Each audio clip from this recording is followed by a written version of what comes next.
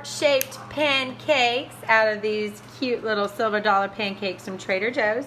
Just take a little heart-shaped cookie cutter. Cute, cute. I let these defrost first so they're easier to cut. And then we'll heat them up after we finish cutting them into the heart shapes. Super cute. So festive for Valentine's. Okay, we're gonna make some heart-shaped strawberries. Super simple. Just take your strawberries, slice it in half. Then take it and cut a triangle out with the stem. So you get your curve there.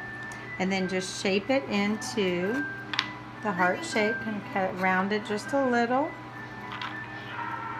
And let me get that part off. Yeah. And that's all there is to it.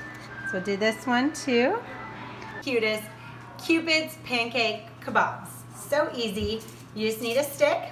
I'm using the little mini pancakes from Trader Joe's. I cut them with a heart-shaped cookie cutter. So simple. Heart-shaped strawberries and some blueberries. You'll start by putting on 3 blueberries.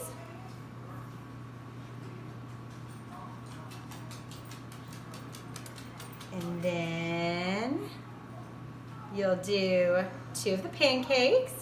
Well, 1 pancake and then a heart-shaped strawberry. And then another pancake.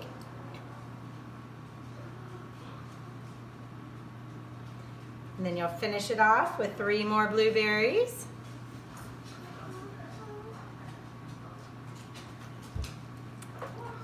And that is all there is to it. So cute, so easy. It would be perfect for a little kid's party. It would be great for Valentine's morning. And if you're gonna serve it to little kids, you can come in and just cut the pointy end off so that you don't have to worry about them poking themselves. So there you have it. So cute.